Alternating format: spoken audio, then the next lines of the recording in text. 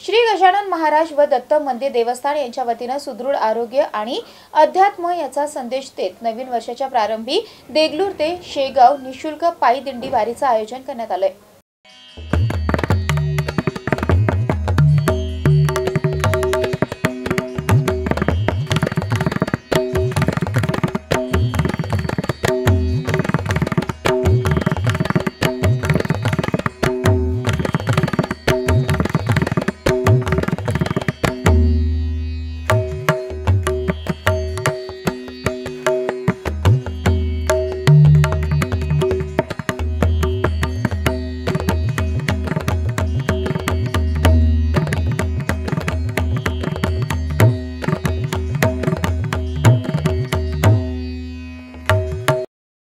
शेगाव पायी दिंडी यात्रेची सुरुवात शहरातून गजानन महाराज मंदिर बापू मार्केट परिसर येथून बैरागी मठ तसेच हॉटेल बेस मारुती मंदिर सेवा समितीच्या वतीने अल्प उपहार नाश्ता चहा पाणी प्रस्थान आयोजित करण्यात आले होते। तदनंतर बैरागी मठात संतोषी माता देवी मंदिरात आरती करण्यात आली। यावेळी फुलांनी सजवलेल्या रथामध्ये महाराजांची प्रतिमा ठेवण्यात आली होती। तर पावलोपावली फुगडी खेळत महिला वारकरी भजनी मंडळी वाद्य सर्व भाविक भक्तांचे लक्ष वेधून घेत होते।